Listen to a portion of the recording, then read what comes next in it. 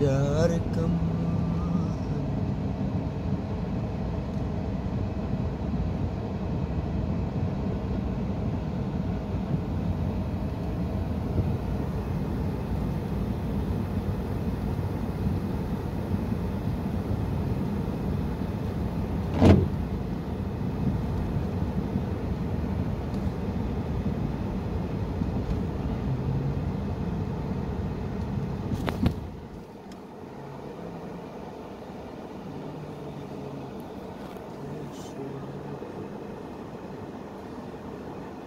जी आप देख रहे हैं क्वेटा में इस वक्त बर्फ़बारी जारी है, शिद्दत से बर्फ़बारी जारी है और बहुत ही खूबसूरत मौसम है।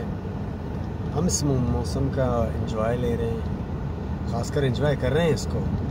बड़ी ज़बरदस्त सीन है।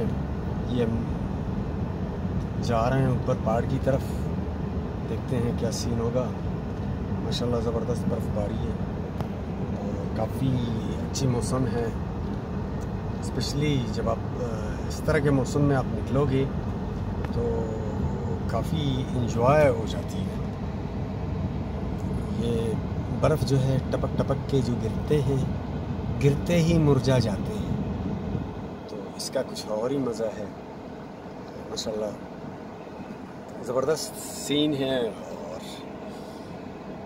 क्वेटा काफ़ी खूबसूरत लग रहा है इस बर्फ़बारी में। क्वेटा की खूबसूरती तो मौसम है, गर्मियों में एक ठंडक और सर्दियों में बर्फ़बारी, बारिश ज़बरदस्त। Thank you.